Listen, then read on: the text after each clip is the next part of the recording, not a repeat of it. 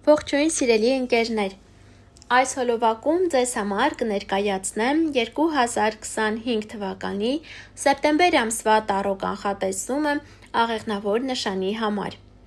Սիրելի աղեղնավորներ, հինգական քարտով կնայենք ամսվա կարևոր իրադարձությունները և մեկական քարտով նորալուսնի և լիալուսնի ազդեցությունը։ Իսկ այս ամսվա նորալուսնին և լիալուսնին ունենալու են խավարումներ, և նրանք իրենց ազդեցությունը սովորականից ավելի երկար են թողնում։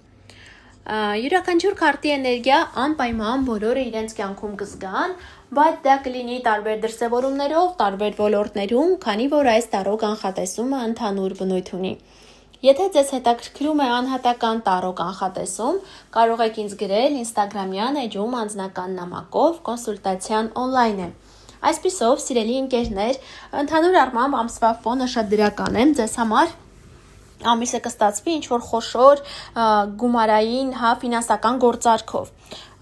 Ոմանք գումար կստանան, ոմանք գուցե անշարժ գույք ձեռք բերեն, վաճառեն, մի խոսքով ինչ-որ խոշոր դրամական հարցեր կլինի ձեր կյանքում, խոսքը դրական առումով, հնարավոր է նաև ինչ-որ ժառանգության հետ կապված հարցեր լինեն։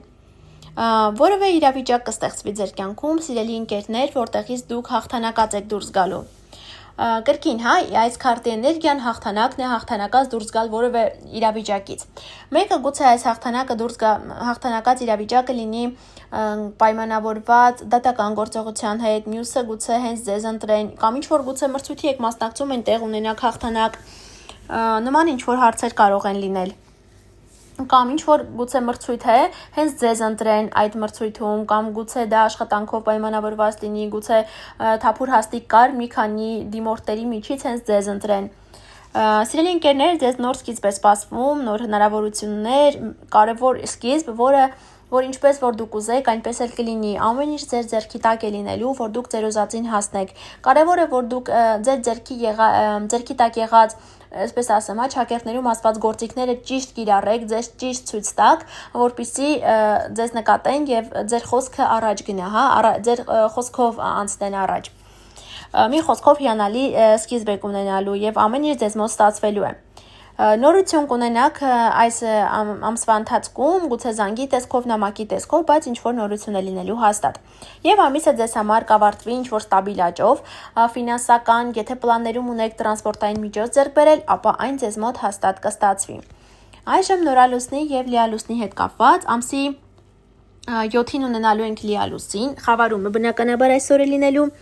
Եվ մինչև 3 ամիս կարող է իր ազդեցությունը ունենաք, այստեղ սիրելի ընկերներ ձեզ նոր հանդիպում կամ համագործակցություն է սպասվում։ Գուցե մինչ այս օրինակ հանդիպում եք որևէ մեկի հետ, արդեն այս